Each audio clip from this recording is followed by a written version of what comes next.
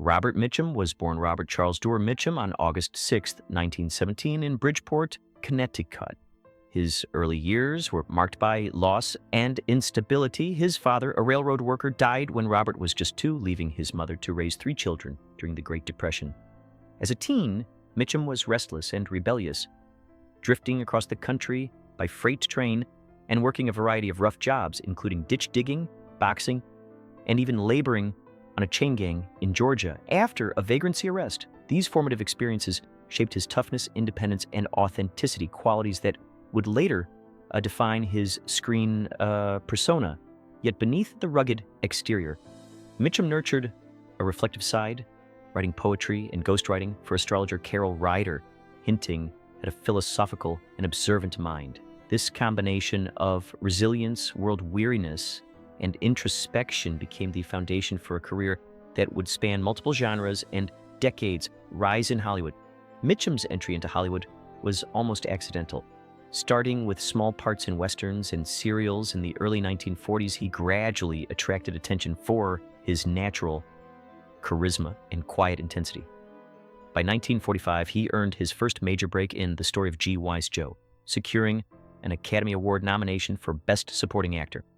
In the late 1940s and 1950s, he became synonymous with film noir, starring in classics such as Out of the Past, 1947, Crossfire, 1947, and The Big Steal, 1949.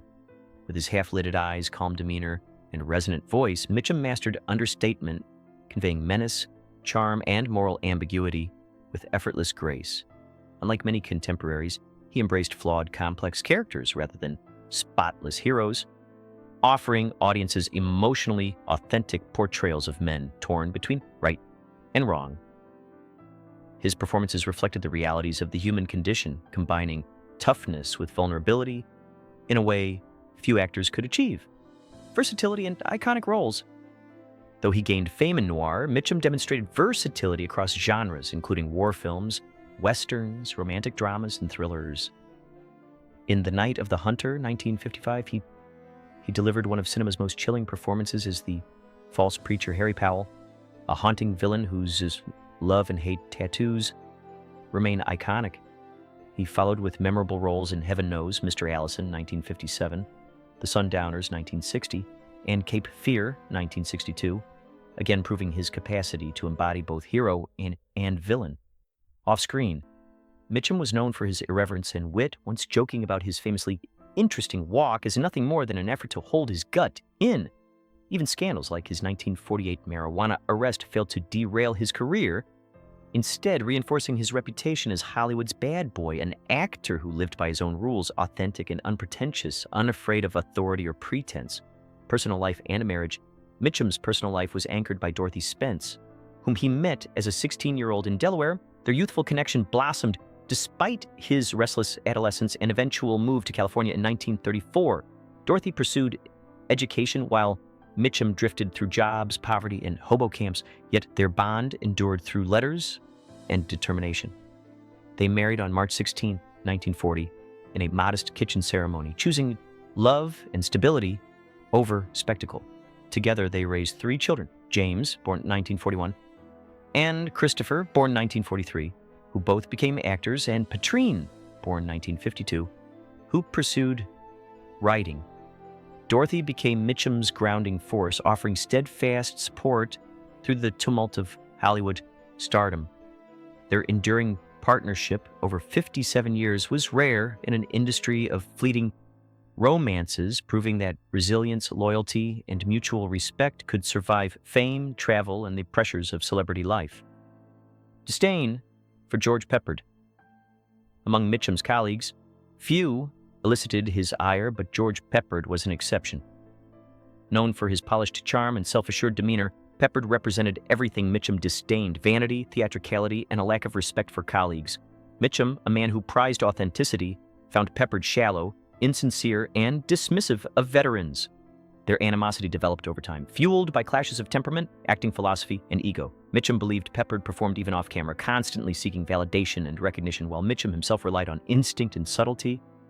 Despite the tension, Mitchum never engaged in public confrontations. His dislike was quiet, philosophical, rooted in a lifelong commitment to integrity and decency. He once remarked that observing Peppard's arrogance toward crew and co-stars revealed all he needed to know about him. For Mitchum, this was not petty malice. It was a clash between realness and pretense, a conflict that lingered in memory long after the cameras stopped rolling equals. Later, career and legacy.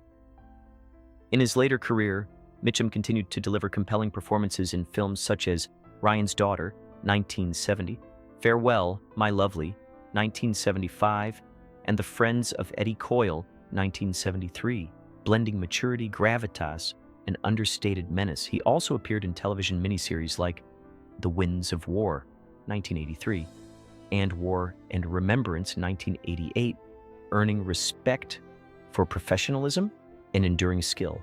Even as Hollywood changed, Mitchum remained true to his values: authenticity, economy of expression, and a commitment to storytelling above ego. His life exemplified a rare combination of toughness and sensitivity, resilience, and artistry. Off-screen, he balanced a demanding career with a devoted family life, grounded by Dorothy and his children, leaving a legacy both personal and professional that reflected the man behind the screen, complex, principled, and quietly unforgettable. Death and remembrance.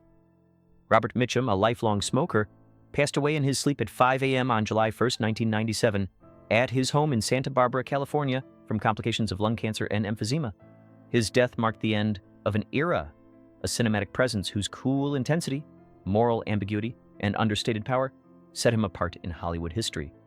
Dorothy, his wife of 57 years, remained his partner in both life and legacy, embodying the loyalty and stability that anchored Mitchum through decades of fame, rebellion, and artistic achievement. He left behind a family that carried on his legacy, a body of work that continues to influence actors and filmmakers, and a reputation for authenticity that remains a benchmark for excellence in cinema. Snert a chiwai